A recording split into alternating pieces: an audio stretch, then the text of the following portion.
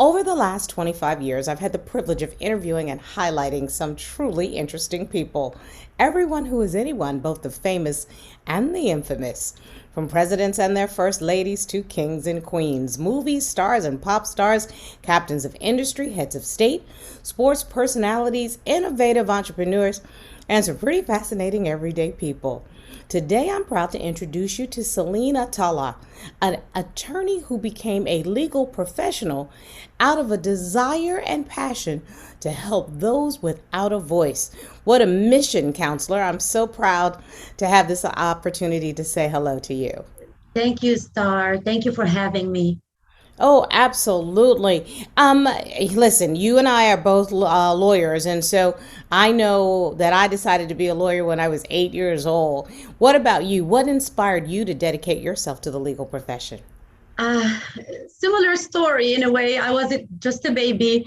I guess my family just saw me as a person who argues a lot, like a kid who wants to protect the whole, children around her and try to protect their rights. I mean, I came from Lebanon at the age of 12 here, and my dad was a chief of police, and he always taught me that how to make a difference, how to be the voice of the voiceless, how to care for others.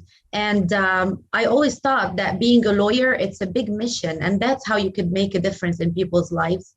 To me, I take it so personal as an immigration lawyer because I'm an immigrant myself, Mm-hmm. and I understand what an immigrant has to go through in order to pursue the American dream.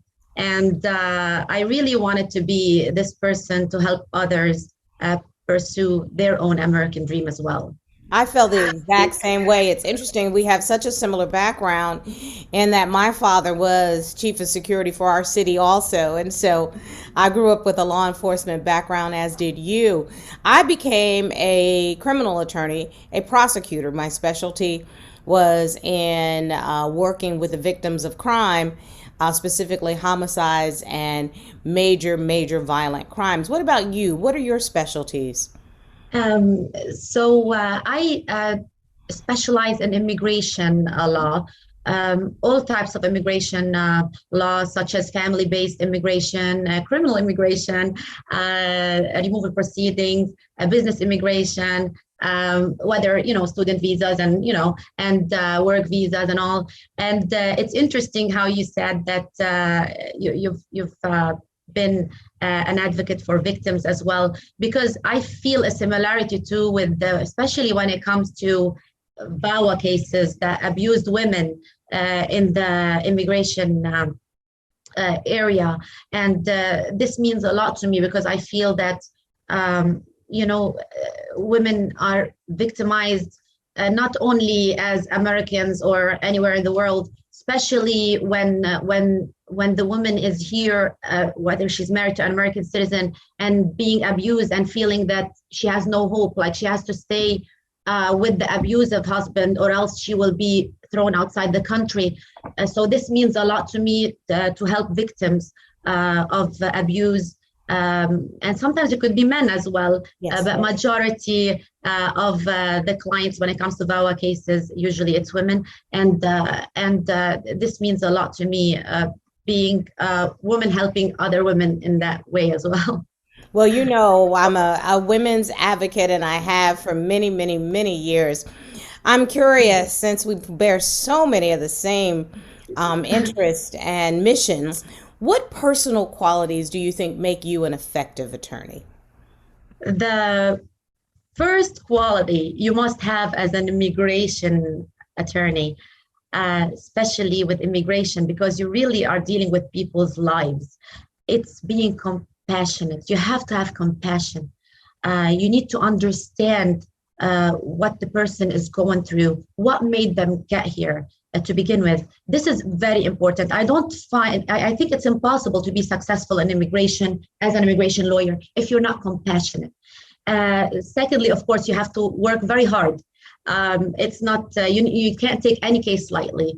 And you have to be skilled. You know, you need to think outside the box. You need to be creative. because every case is different. Sometimes when it comes to immigration, knowing that you could reunite a family together, or to prevent a mother or a father or a family from being deported or separated, that's a big deal. And you really need to be compassionate when dealing with the issues and everything that got him here to begin with. Celine, I know that you talking about reunification is not just a theory for you. I know you've actually been involved in some pretty high profile cases. And I don't want you to go into the facts because, of course, we can't compromise the case. But why is this so important to you, and how does it relate to some of the other immigration issues that you've dealt with? So basically, dealing with hostage situations, you need to be very careful because you're putting your life at stake as well. And you need to be very careful about the family too, about what's good to say on media, what's not good to say on media, what can hurt the client or their families, and it's also very sensitive because you don't only deal with the legal aspect of the case, you have to deal also politically in a way because you need some political support at the end. But when it comes to hostage cases, Star, it makes you appreciate how beautiful this country is, how great it is to be an American. The case that I represented, one major fact of it was because he was an American citizen, a naturalized American citizen. Actually, our government fought with me to get him home, close to his loved ones. So that makes you understand more how immigrants in this country really appreciate this country and love this country, but also your country would love you back and will never leave you behind once you are a green card holder or an American citizen. So you basically get the rights of any other American citizen, regardless if you're born in this country or not. I often say that our greatest asset as Americans is that citizenship, and you've just given us a great example of that.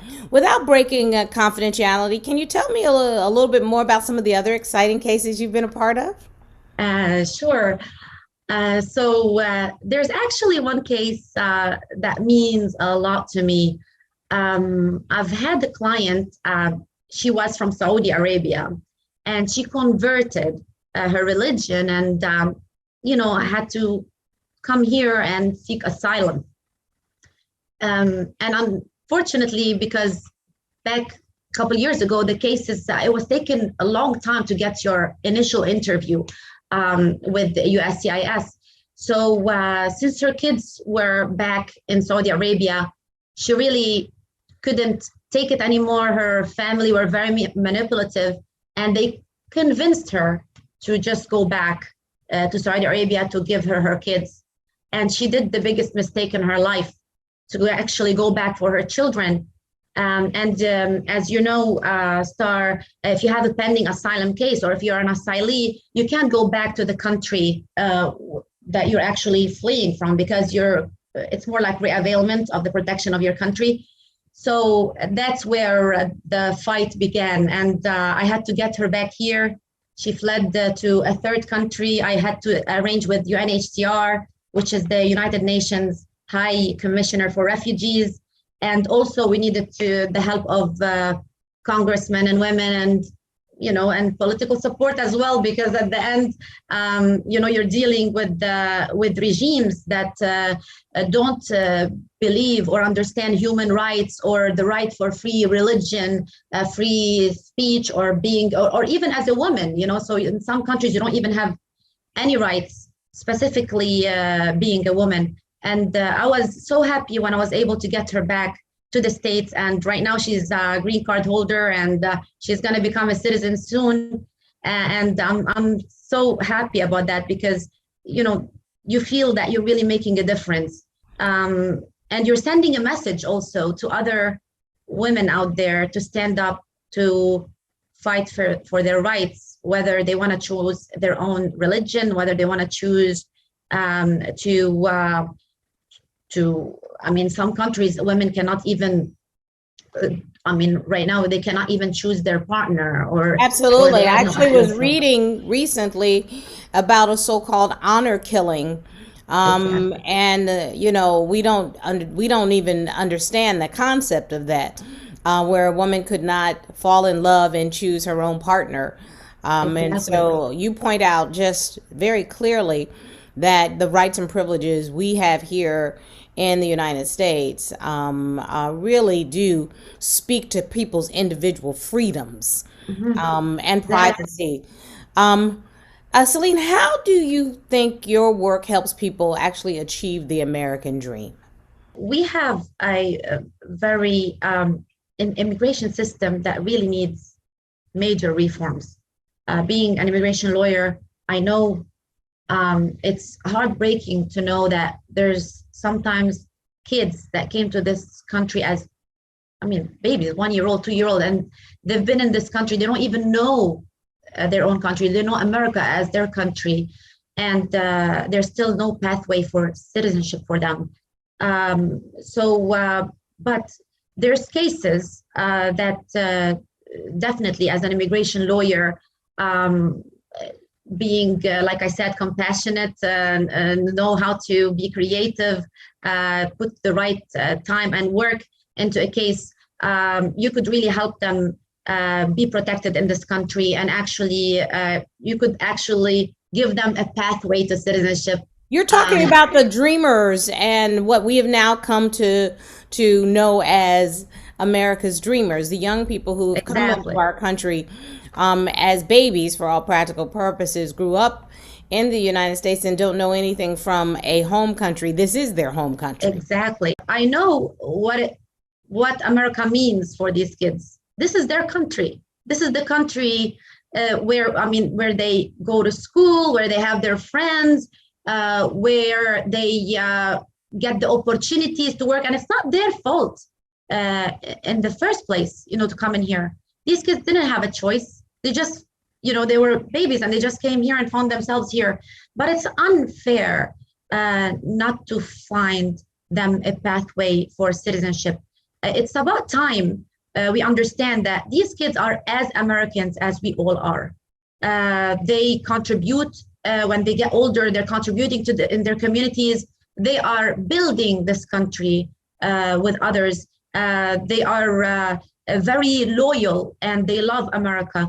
And I feel that they deserve a chance and they deserve to get their paperwork and eventually become American citizens.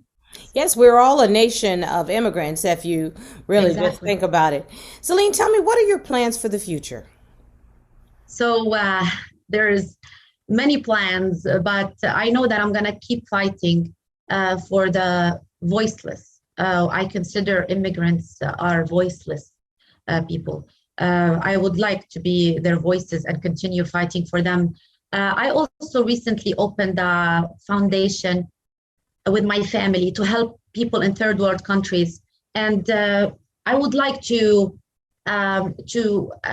try to help as many needy people also in third world countries, because I feel that this is kind of related to immigration in a way. If we help uh, these people become self-sufficient and be able to stay also in their own countries and have the skills to do that, the help to do that, then I think this will also um, help with the immigration problem in the states as well, because there won't be a need for these people to flee their own countries to look for a better life anywhere else. So I think it's important, our mission as lawyers, as human beings, we need to help each other.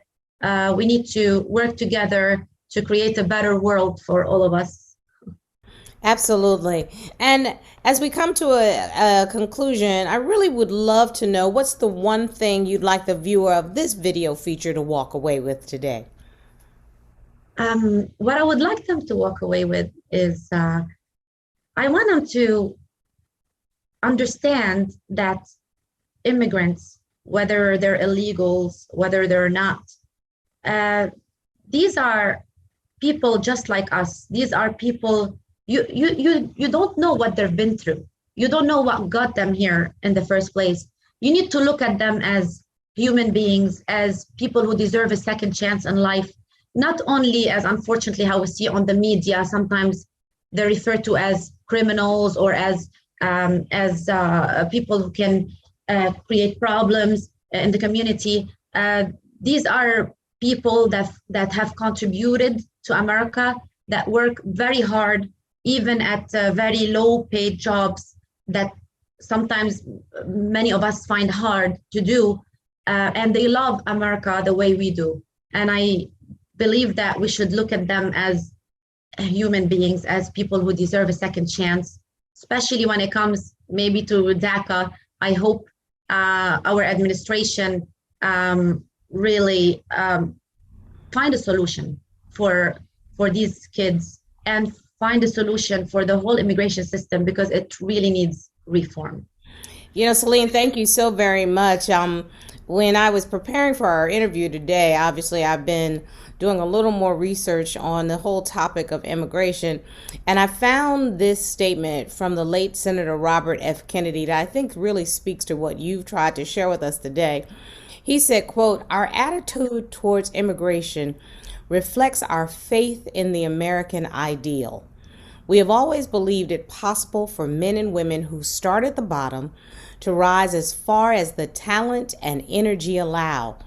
Neither race nor place of birth should affect their chances." I love that quote so much. Yes, it's a beautiful quote. And I think it really does speak to what you've been sharing with us today. It doesn't matter where you started, but if this is your country, we need to embrace you and make you feel welcome so that you can contribute to the American ideal. Exactly. And these are our core moral values as Americans. Absolutely. Thank you so very much for a very enlightening conversation, colleague. I look forward to hearing more from you and the work that you're doing. Thank you. Thank you, Star.